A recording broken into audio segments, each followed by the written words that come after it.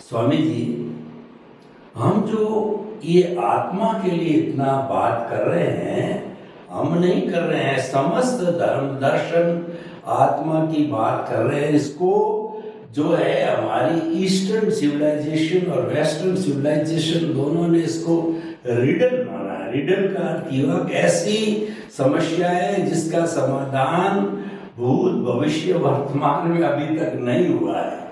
चल रहा है, चलती रहेगी, अपने अपने हिसाब से करते रहते हैं। परंतु हमारा जो अध्यात्म विज्ञान है, सनातन सत्य है, ये बात आत्मा के अनुभूति की बात करता है। क्योंकि हमारा जो आधार है वो कुदरत का कानून है जिसमें सब समाहित हो जाते हैं। तो जो इसको रिडल मानते हैं, ऐसी समस्या जो कि समाधान अभी तक नहीं हुआ है। जब से ये दर्शन चालू हुआ है तब से अभी तक आत्मा की बात चल रही है, करती रहेगी। लेकिन अध्यात्म विज्ञान इसका कुछ निचोड़ निकालता है, वो तथ्य बहुत सटीक है। तो कौन से तथ्यों के आधार पे सनातन सत्य के हम उन लोगों को कह सकते हैं ये रिडल नहीं है, ये कोई समस्या नहीं है, ये तो इसका पूरा समाधान सनातन सत्य में कुदरत के कानून के अंदर छिपा हुआ है। मात्र उसको समझने की, उसको विजन में बिठाने की बात है। तो कृपया इस रिडल का जो है, इस समस्या का समाधान है नहीं है, ऐसा नहीं है, आप थोड़ा स्पष्टीकरण कीजिए। धन्यवाद। सभी श्रोताओं को मेरा नमस्कार। सबसे बड़ी बात यह है कि जीवन में बात सही है, सबको अपनी अपनी परिस्थितियों के अंदर प्रश्न होता है। मगर मैं समझता हूँ प्रश्न भले हजारों लाखों भी हो सकते हैं जीवन के दरमियान, मगर पैरेलल हजारों प्रश्न है तो लाखों समाधान भी होते हैं। और दूसरी बात, सभी प्रश्नों की एक अवधि होती है, बाद में छूट जाता है क्योंकि नए नए प्रश्न आएंगे ना। तो मेरा कहने का मतलब है प्रश्न ही अपनी लाइफ लेकर आता है। हो सकता है कि उसके बाद वो प्रश्न आपके जीवन में विचार के रूप में रहे ही नहीं, उसका टाइम फ्रेम खत्म हो जाती है। दूसरी बात, कई सारे प्रश्न ऐसे होता है जिसका समाधान आध्यात्मिक विज्ञान इंस्टेंट देता है कि ये जो हो रहा है वो हम करते नहीं है, हो रहा है, ऐसा देखो, क्योंकि वो एंड हो रहा है। हम मानते हैं कि संजोग, बुरे संजोग आए, एक्चुअली जा रहे हैं। तो अपने change your vision, change your understanding. दूसरी बात, जीवन कर्मों की भुगतान का साधन है, इसीलिए भुगतान नहीं आएगा, वो तो प्रश्न रहेगा नहीं, क्यों तो रामकृष्ण महावीर को भी आया था, इसलिए भुगतान नहीं आया, वो तो प्रश्न ही नहीं रहेगा। मगर भुगतान जो जीवन में आएगा तो इसका कैसे संभाव से निपटारा करें, कैसे उसकी वैल्यू खत्म करें अपनी दृष्टि से, उसका मैंने मार्ग बताया है, उसका मैंने रहस्य बताया है कि अगर आप मन वचन काया और उनके सभी संयोग और 5 ज्ञानेंद्रियों से अनुभव में आते सभी संयोगों को जितना हो सके इतना कुदरती रचना देखोगे तो पजल ही नहीं है। हम देखेंगे नहीं तो फिर पजल रहेंगे, मतलब सनातन सत्य का उपयोग नहीं करेंगे तो रिलेटिव सत्य तो रहेगा। प्रश्न ये नहीं कि संयोग है कि नहीं, संयोग तो है, समाधान का हम यूज नहीं करते हैं। हम ऐसा मानते हैं कि मैंने किया या आपने किया, यही तो ज्ञान का है। दोनों में से किसी के पास कुछ भी करने की, अच्छा बुरा कुछ भी करने की फ्रीडम नहीं है। ये प्रिंसिपल है। अगर ये प्रिंसिपल को हमने आत्मसात किया तो कोई टेंशन नहीं रहेगा। पजल भी जाने के लिए आया है, आने के लिए नहीं आया है। और अगर नापसंद संयोग कहो या दुख के संयोग कहो, वो भी अंत होने के लिए आया है, आने के लिए नहीं आया है। और दूसरी बात, अगर हमारा पूरा जीवन ही संघर्षमय है, मानो के बचपन से ही और अभी तक भी संघर्ष हो रहा है, 40-50, 60 साल की उम्र में भी, तो मान लेना कि ये संघर्ष भी समाप्ति की ओर जा रहा है। इसीलिए टेंशन करने की जरूरत नहीं है और सभी प्रकार की परिस्थितियों को पास करने का काम कुदरत का है और दृष्टि से पास करने का काम हमारा है। कुदरत तो अपना काम करते ही रहेंगे, हम अपना दृष्टि से उपयोग करने का, विज्ञान का उपयोग करने का चूक जाएंगे तो स्वाभाविक है छोटा सफरिंग भी बड़ा लगेगा। कई लोग कहते हैं कि जीवन में बहुत सारे प्रश्न ऐसे आते हैं जिसका कोई सॉल्यूशन नहीं मिलता है। मैंने कहा प्रश्न है तो सॉल्यूशन है, प्रकार अलग होता है और मेथड अलग हो सकती है। कोई भी प्रश्न समाधान नहीं है ऐसा नहीं है, मगर आपको जिस प्रकार का समाधान चाहिए वो शायद नहीं हो सकता है। समाधान का मतलब प्रश्न की उत्पत्ति होना और प्रश्न की उत्पत्ति के साथ उनका समय समाप्त हो जाएगा तो प्रश्न नहीं रहेगा। दूसरी बात, जिस बात का प्रश्न उठा है अगर वो बात अगर हमारे जीवन में नहीं होती तो क्या फर्क होगा? कुछ नहीं, तो भी वो प्रश्न नहीं है। तीसरी बात, अगर कोई बात ऐसी है जो हमारे जीवन का हिस्सा है, इसको हम भूल नहीं सकते, छोड़ नहीं सकते, ऐसा हम उसके साथ जुड़ा हुआ है, तो फिर उसका क्या करेंगे? जैसे पति पत्नी का प्रॉब्लम, दोनों का स्वभाव अलग, दोनों की सोच अलग, दोनों को काम करने की पद्धति अलग, ये परमानेंट हो गया लाइफ के अंदर, तो उसके लिए क्या करें? तो उसके लिए यही करना चाहिए कि एडजस्ट एवरीवेयर, एक दूसरे से एडजस्ट करना सीख जाओ। दोनों का अभिप्राय तो अलग रहेगा, दोनों की दृष्टि अलग रहेगी, दोनों की सोच अलग रहेगी, दोनों की कार्य करने की पद्धति अलग रहेगी। उनका सामने वाले की पद्धति ऐसी कि मैं लास्ट काम पहले कर दे फिर फर्स्ट पे आओ, आपकी पद्धति ऐसे पहला फर्स्ट करो फिर सेकंड करो थर्ड करो। फर्क क्या होता है? काम तो होने वाला है। तो ऐसी बातों को हम छोड़ देना चाहिए। कोई भी कैसे भी कर, कोई भी मेथड से काम होता है वो इम्पोर्टेंट है। और तीसरी बात, एक महान जैन संत ने जो बातें बताई वो मैं आपके सामने दोहराना चाहता हूँ। एक महान संत हो गए, उन्होंने अपने जीवन में कहा लोगों को कि जीवन में जो प्रश्न आएंगे वो दो प्रकार के होंगे, एक तो बेरेबल और दूसरा अनबेरेबल। कहीं आप सहन कर सकोगे, कहीं सहन नहीं कर सकोगे।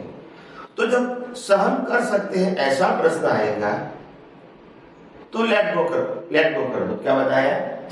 अगर मेरे पास 10 लाख रुपया है और 50,000 किसी ने लिया है, नहीं देता है तो लेट गो करो, बेरेबल है। मेरे पास 50 लाख रुपया है और 25 लाख रुपया का नुकसान है तो लेट गो मैं नहीं कर सकता हूँ, ये मेरे रेंज से बाहर है। तो छोटे छोटे प्रश्न को लेट गो कर दो। और बड़े बड़े प्रश्न है जिसका हमारे पास वर्तमान में कोई समाधान नहीं है, अनबेरेबल जिसको बोलते हैं, जिसमें कोई सॉल्यूशन नहीं दिखता नहीं है, ऐसे प्रश्न को लेट गॉड कर दो। Let go and let God. अभी जो भगवान जो करे, भगवान का मतलब हमारे यहाँ विज्ञान में कुदरत कहते हैं, अभी जो कुदरत करे वो सही, हमारे दिमाग में तो उसका कोई सॉल्यूशन नहीं है।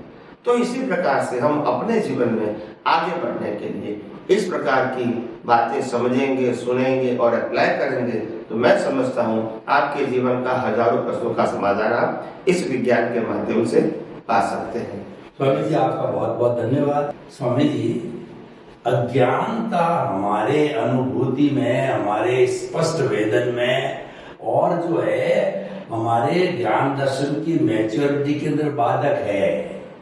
अब अज्ञानता का जो, जैसे जैन दर्शन कहूँ या अन्य दर्शन कहूँ, खासतौर से जैन दर्शन की बात करूँ तो वो अज्ञानता को कर्म शरीर कहते हैं। उनकी एक फिक्स डेफिनेशन है कि कर्म शरीर अज्ञानता है, वो मूल 8 आवरण, 8 पर्दे और 148 उसकी उत्तर प्रकृतियों का जो पिंड है वह अज्ञानता, वो आवरण है, वो समाप्त हो गया।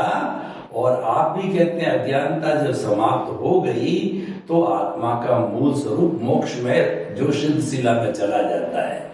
तो कृपया आपकी जो अज्ञानता का क्या स्वरूप है, अध्यात्म विज्ञान में अज्ञानता का कॉन्स्टिट्यूएंट्स क्या है, उसका जो स्वरूप क्या है, वो कैसे बना हुआ है, वो पौद्गलिक है या वो कैसा है? क्योंकि पौद्गलिक तो है ही नेचुरली, क्योंकि आत्मा ही एक जो अमूर्त है, बाकी सब पौद्गलिक है। वो किस तरीके का पौद्गलिक, जैसे ये चतुस्पर्शी है तो आप उसको किस रूप में मानते हैं, थोड़ा सा उसको दृष्टि से देखना चाहते हैं। दोनों दृष्टियों से क्या तालमेल है इन दोनों का, अज्ञानता का और कर्म शरीर का, वो कृपया थोड़ा बताइए। जय सच्चिदानंद। बहुत बड़ा प्रश्न है। अज्ञानता की परिभाषा हर दर्शन में अलग अलग बताई गई है, हर धर्म में अलग अलग बताई गई है, और हर व्यक्ति का दिमाग भी अज्ञान की व्याख्या अलग अलग कर रहा है। तो ऐसा अलग अलग है नहीं, सोच अलग हो सकती है, प्रेजेंटेशन अलग हो सकता है, मैं मानता हूं। एंगल देखने का अज्ञान का अलग अलग हो सकता है। फंडामेंटल अज्ञान कभी विकल्प वाला नहीं, वो निर्विकल्प है। इंडिविजुअल अज्ञान की परिभाषा अलग अलग विकल्प वाली हो सकती है, अलग अलग दर्शन के मुताबिक हो सकती है। सनातन परिभाषा जो अज्ञान की है बहुत सिंपल है। ज्ञान और दर्शन मिथ्या होना वो अज्ञान है। ज्ञान और दर्शन मिथ्या होना वो अज्ञान है, और मिथ्या का मतलब होता है संसार पक्षी या प्रकृति पक्षी है, वो मिथ्या है, वो अज्ञान है आपका। अगर आपका ज्ञान दर्शन प्रकृति के पक्ष का है, शरीर के पक्ष का है, नामधारी के पक्ष का है, रिलेटिव सत्य के ऊपर आधारित है ज्ञान और दर्शन, तो अज्ञान ही है। फिर कौन से प्रकार का, वो एक अलग सब्जेक्ट हो गया है। मगर अज्ञान की परिभाषा बहुत सिंपल है। कई धर्म के अंदर ये मानते हैं कि आत्मा को ही न मानना, न जानना, वो ही सबसे बड़ा अज्ञान है। कई लोग ये मानते हैं कि अपने धर्म में आपको जो जन्मजात कुल धर्म मिला, वो कुल धर्म को फॉलो न करना, भगवान, गुरु, क्रियाकांड, मंदिर, मंत्र को फॉलो न करना, शास्त्र को न पढ़ना, रिचुअल्स को न करना, उसी को भी अज्ञान कहते हैं लोग। तो अज्ञान की परिभाषा तो लोगों की अलग अलग है, मगर वास्तव में रियल अज्ञान ऐसा नहीं है। तो हमने अज्ञान की परिभाषा स्वयं बताई है। अज्ञान का मतलब होता है, हमारे मनुष्य के अंदर जो अज्ञान कॉमन है वो क्या है? रिलेटिव सत्य की वैल्यू, वही अज्ञान है। रिलेटिव सत्य की अवस्था अज्ञान नहीं है, वो कुदरत रहता है, मगर रिलेटिव सत्य की वैल्यू वो अज्ञान है। अभी आप प्रश्न करेंगे क्यों अज्ञान है? तो क्या रिलेटिव से पहला आएगा मैं शरीर हूं, वो भी टेम्पररी है, और उसका कंट्रोलर हम नहीं। दूसरी बात, अगर शरीर की सब अवस्था आएगी, वो भी हमारे हाथ में नहीं है। इस शरीर का इंटरनल जो तंत्र चलता है, खाना पीना, डाइजेस्ट होना, ब्लड सर्कुलेशन, ब्रीदिंग, दिमाग का संतुलन, ये भी हमारे हाथ में नहीं है। और बाहर के जो संयोग आते हैं वो भी हमारे हाथ में नहीं, कब क्या होगा नहीं मालूम हमको। सब व्यक्ति अपने संयोग के मुताबिक प्लान भी करता है और प्रयास भी करता है, मगर ऐसा होगा वो जरूरी नहीं है, क्योंकि हमारा बाह्य जीवन कर्म के फल स्वरूप है, हमारी मर्जी या हमारे चॉइस के मुताबिक नहीं होता है। तो अज्ञान की परिभाषा तो सब धर्मों में, जैसे जैन धर्म में बताया कि सम्यक ज्ञान और सम्यक दर्शन को ज्ञान कहते हैं, मिथ्या ज्ञान मिथ्या दर्शन को अज्ञान कहते हैं। वेदांत में कहो तो ब्रह्म सत्य जगत मिथ्या, तो वहां ज्ञान की परिभाषा बदल गई। कई धार्मिक व्यक्ति ये भी कहते हैं कि आप धर्म में पैदा हुए, जैन वैष्णव शिव स्वामीनारायण, और उसको आप फॉलो नहीं करते तो आप अज्ञानी हैं। कई लोग धार्मिक क्रियाओं को नहीं करते तो भी अज्ञानी और जड़ बोलते हैं। तो ये सबकी अलग अलग परिभाषा है। हालांकि मूल अज्ञान ये है, रिलेटिव सत्य को सनातन सत्य मानना, ये फंडामेंटल अज्ञान है। रिलेटिव सत्य का मतलब कुदरत के कानून के आधीन प्राप्त हुई अवस्था, जो खत्म होने के लिए ही आई है और खत्म होगी ही 100%। और ये मन वचन काया जन्म हुआ है तो उसका एंड भी आएगा, अवस्था का भी एंड आएगा, मन वचन काया का भी एंड आएगा। ये सनातन सत्य है, मगर हम इसको नहीं स्वीकारते, ये हमारा ज्ञान है। हम मरने के बाद भी हमारा पुनर्जन्म होता है क्योंकि हम आत्मा है, मगर जागृति में मैं आत्मा नहीं रहता हूं क्योंकि रिलेटिव सत्य की वैल्यू तो हम अज्ञान है। फिर अपने जीवन में अच्छे बुरे संयोग आते हैं, पसंदगी और नापसंदगी वाले, और पसंदगी और नापसंदगी वाले इंसान भी मिलते हैं हमको। तो फिर क्या करेंगे? राग द्वेष तो होगा ही। अगर अवस्थाओं को देखेंगे, अप्स एंड डाउन्स वाली, सुख और दुख देने वाली, पाप और पुण्य की भुगतान करने वाली अवस्था आएगी तो आप तो कंफ्यूज हो जाओगे, और इसीलिए राग वाली आएगी, पुण्य वाली आएगी तो आप राग करोगे नहीं, ऐसी अवस्था बार बार आएगी। और अगर दुख वाली अवस्था है, पाप वाली अवस्था है तो हम कहें उसको छूटना चाहेंगे तो द्वेष हो जाएगा। तो प्रश्न ये है कि हमको अज्ञान निकालना है, और अज्ञान विज्ञान से ही निकलेगा। अज्ञान ज्ञान से परिवर्तन हो सकता है, डिमोलिश नहीं हो सकता है। ज्ञान अज्ञान दोनों रिलेटिव सत्य है, और विज्ञान ही सनातन सत्य है। क्योंकि ज्ञान का मतलब होता है सभी धर्मों के शास्त्रों को हम ज्ञान बोल सकते हैं। इज इक्वल टू सभी शास्त्र रिलेटिव सत्य है, इज इक्वल टू वो सनातन सत्य नहीं है, इसीलिए वो ज्ञान है। व्यू पॉइंट के हिसाब से क्या बताया? View point. हाँ, वो गलत है ऐसा नहीं कि अज्ञान का मतलब गलत नहीं, अज्ञान का मतलब रिलेटिव सत्य। मगर रिलेटिव सत्य को मेरा सत्य मानना, रिलेटिव सत्य को सनातन सत्य मानना, ये अज्ञान है। रिलेटिव सत्य मतलब कुदरती रचना, जो भी शरीर के साथ 5 इंद्रियों में अनुभव में आती सभी अवस्था वो कुदरती रचना है। तो कुदरती रचना को कुदरती रचना देखना वो विज्ञान है, और कुदरती रचना को अवस्था के रूप में देखना, पाप पुण्य के रूप में देखना, लाभ नुकसान के रूप में देखना, कर्ता भाव मालिकी भाव की दृष्टि से देखना, ये हमारा अज्ञान है। और वो अज्ञान को दूर करने के लिए एक ही रास्ता है, वो सिंपल है। हर अवस्था को मन वचन काया की और 5 इंद्रियों से अनुभव में आती हर अवस्था को सिर्फ कुदरती रचना देखना है, सिर्फ कुदरती रचना ही देखना है। क्योंकि आप नहीं देखोगे तो भी कुदरती रचना ही है, वो सनातन सत्य है। नहीं देखते हो आपका अज्ञान है। क्या अज्ञान निकालना वो चमत्कार की कोई बात नहीं है, यह सिद्धांत की बात है। जब सभी अवस्था कुदरती रचना है, कुदरत ही पैदा करती है और कुदरत के कानून से, और इसमें हमारे पास कोई फ्रीडम नहीं है, तो फिर अगर कुदरत ही रचना करती है, संजोग बनाती है, तो कुदरती रचना देखने में क्या तकलीफ है? मगर हम नहीं देखेंगे, और मैंने किया तुमने किया देखेंगे, मेरा है तेरा है देखेंगे, तो वो रिलेटिव सत्य है, तो फिर राग द्वेष होगा, उसी का नाम अज्ञान है। और दूसरी बात, बार बार मैं शरीर हूं, मैं शरीर हूं, मैं शरीर हूं, मैंने गलती किया, मैं उनको सुधारूंगा, ये प्रकृति को सेंटर में रखकर बात करेंगे तो मैं मानता हूं अवश्य आप गलती करोगे।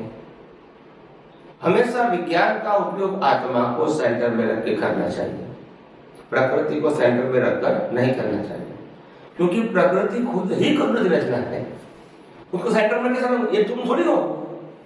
तुम अपने आप को सेंटर में रखो और बाद में पुरुषार्थ की दृष्टि से देखो। तुम प्रकृति को सेंटर में रखोगे और तुम कहोगे मुक्ति के मार्ग में आगे बढ़ेंगे, वो इम्पॉसिबल है। जब तुम प्रकृति हो ही नहीं तो सेंटर में कैसे रख सकते हो?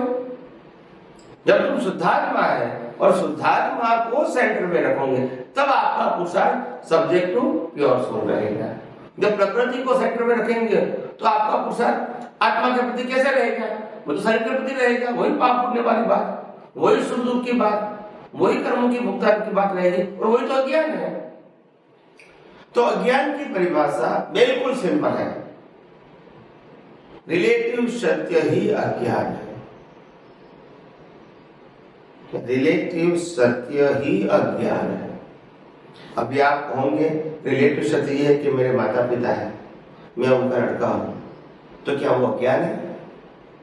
हाँ, क्योंकि माता पिता और तुम्हारा शरीर और ये संयोग सब टेम्पररी है, एक दिन खत्म होने वाले ही है, इसीलिए उसको रिलेटिव सत्य बताया। रिलेटिव का मतलब ही टेम्पररी, रिलेटिव का मतलब ही लाइफ वाला, वो परमानेंट नहीं हो सकते हैं। तो वेरी सिंपल थिंग, इसीलिए मैंने कहा रिलेटिव सत्य को ही अज्ञान कहा। आध्यात्म विज्ञान ने अज्ञान की एक नई परिभाषा दुनिया को दिया। उन्होंने रिलेटिव सत्य को ही अज्ञान कहा। हालांकि हिंदुस्तान में अभी तक के शास्त्रों में रिलेटिव सत्य को अज्ञान किसी ने नहीं कहा है। जैन धर्म में आत्मा को न मानना वो अज्ञान है, या तो मिथ्या ज्ञान, मिथ्या दर्शन वो अज्ञान है। वेदांत में ब्रह्म सत्य जगत मिथ्या वो अज्ञान है। सब में अलग अलग प्रकार की प्रकृतियां बताई गई है। और गीता के अंदर अज्ञान को क्या कहा कि वैष्णव धर्म को पालन करके पालन न करना वो अज्ञान बताया, कृष्ण को न मानना वो अज्ञान बताया। हर धर्म में अज्ञान की परिभाषा अपने अपने तरीकों से बताई गई है। उसमें सर्वश्रेष्ठ जो व्याख्या है जो हमने आपको बताया आध्यात्म विज्ञान में, रिलेटिव सत्य ही अज्ञान है, ये श्रेष्ठ परिभाषा है। और अगर रिलेटिव सत्य को अज्ञान माना है और सनातन सत्य को विज्ञान माना है, तो कोई भी अवस्था में सनातन सत्य की दृष्टि रहेगी तो रिलेटिव सत्य निकलेगा जरूर, रहेगा नहीं, अंत हो जाएगा। और यही तो हमारा पुरुषार्थ है। और इसीलिए मैंने कहा आध्यात्म विज्ञान के अंदर आगे बढ़ने के लिए हम सबको ये विज्ञान को, विज्ञान की परिभाषा को यथार्थ रूप में समझना पड़ेगा।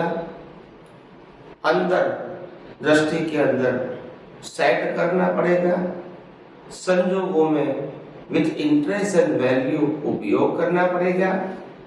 उससे जो प्राप्त होगा वो अनुभव कहेंगे, और वो अनुभव transfer in a development, parallel अज्ञान नाश होगा, दूसरा मोक्ष मार्ग के लिए लायक और सहायक संयोग भी मिलेंगे। ये सब कुछ होगा। तो आइए हम सब अज्ञान को यथार्थ भाषा में समझें और हमारी दृष्टि में से अज्ञान को मिटा के, अज्ञान को इरेज करके, अज्ञान को डिवाइस करके सनातन सत्य की अनुभूति करें। यही मेरी आप सबको शुभकामनाएं। स्वामी जी आपका बहुत बहुत धन्यवाद। अभी जो हमारा ये प्रश्न का जो सिलसिला चल रहा है और वो ज्ञान अज्ञान और काफी हमने हाई लेवल पर ये बातें कही, तो आदमी का जो स्पष्ट वेदन की जो आप बात कहते हैं कि आत्मा को मानना, जानना, उसकी अनुभूति यानी मिथ्या ज्ञान, मिथ्या दर्शन को धीरे धीरे इरेज करके विज्ञान के द्वारा और डेवलपमेंट करना, करते करते जो है हम उस प्रोसेस के अंदर लग जाते हैं। तो वो स्पष्ट वेदन वाली स्थिति कब आती है? मैच्योरिटी के बात होते होते, और वो स्पष्ट वेदन कब होता है, किन परिस्थिति में होता है? थोड़ा स्पष्ट वेदन के बारे में जो है अध्यात्म विज्ञान की दृष्टि से जो है आप खुलासा कीजिए। जय सच्चिदानंद। सबसे बड़ी बात है कि स्पष्ट वेदन का अर्थ क्या है।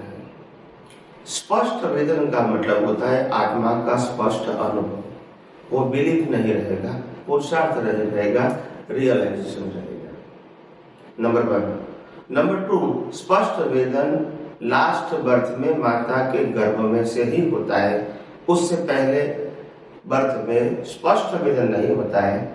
आत्मा का आत्मविश्वास हाई लेवल का हो सकता है, वेदन नहीं होता है। तीसरी बात, स्पष्ट वेदन होने का मतलब प्रतिष्ठित आत्मा का अस्तित्व जो पुरुषार्थ करने वाला है वो नहीं रहेगा। चौथी बात, स्पष्ट वेदन का मतलब सभी प्रकार का अज्ञान आपकी दृष्टि में जीरो हो गया, उसके बाद ही स्पष्ट वेदन होता है। और पांचवी और अंतिम बात, स्पष्ट वेदन का मतलब होता है खुद ही खुद का वेदन करे और खुद के बाहर नहीं जाए, वो स्पष्ट वेदन है। और उसमें रिलेटिव सत्य से अलग रहने की, मन वचन काया से अलग रहने की, कर्मों के भुगतान से अलग रहने की बात नहीं आएगी। तो ये स्पष्ट वेदन होने के बाद की प्रक्रिया है। और स्पष्ट वेदन कब होगा? जब व्यक्ति अपने जीवन में सम्यक ज्ञान और सम्यक दर्शन का उपयोग करते करते, अज्ञान को नाश करते करते अपना डेवलपमेंट 360 तक ले जाएगा, तब इसको कहेंगे केवल दर्शन। और वो केवल दर्शन का मतलब होता है केवल अज्ञान जीरो हो गया। और जब केवल अज्ञान जीरो हो गया मतलब अभी अज्ञान रहा नहीं है, तो प्रतिष्ठित आत्मा का अस्तित्व नहीं रहेगा। पुरुषार्थ की जरूरत क्या है?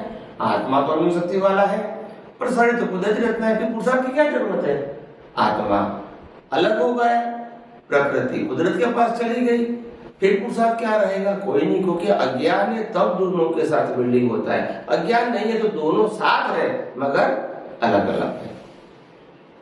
तो जैसे ही संपूर्ण अज्ञान खत्म हो जाता है तो लास्ट बर्थ जो मनुष्य में आएगा, उसके बाद उस समय माता के गर्भ में से ही स्पष्ट वेदन होगा। और वो स्पष्ट वेदन होने के नाते इसको जब स्पष्ट वेदन हो जाता है तो प्रतिष्ठित आत्मा है नहीं, पुरुषार्थ है नहीं, अज्ञान है नहीं, तो मन वचन काया की अवस्था मात्र तो कुदरती रचना है। जो भी कर्म होगा पेंडिंग सब खत्म हो जाएंगे, केवल ज्ञान भी अपने समय पे आएगा और निर्वाण भी अपने समय पे होगा। इसके लिए कोई पुरुषार्थ की जरूरत नहीं होती है। तो इसीलिए आध्यात्म विज्ञान में बहुत स्पष्ट बातें हैं कि स्पष्ट वेदन लास्ट बर्थ में ही होगा, स्पष्ट वेदन केवल दर्शन के बाद ही होगा, स्पष्ट वेदन के पास अज्ञान नहीं रहता है, स्पष्ट वेदन के बाद पुरुषार्थ नहीं रहता है, स्पष्ट वेदन के बाद प्रतिष्ठित आत्मा नहीं रहता है, सिर्फ शरीर और आत्मा दोनों ही रहेंगे। शरीर का अंत होगा कर्मों की भुगतान का अंत के साथ और आत्मा मोक्ष में जाएगा। तो ये सरल सहज सिंपल भाषा है कि स्पष्ट वेदन अनुभूति कोई भी कर सकता है, उसके पहले अज्ञान मिटाओ और वो लास्ट बर्थ होगा। जय सच्चिदानंद।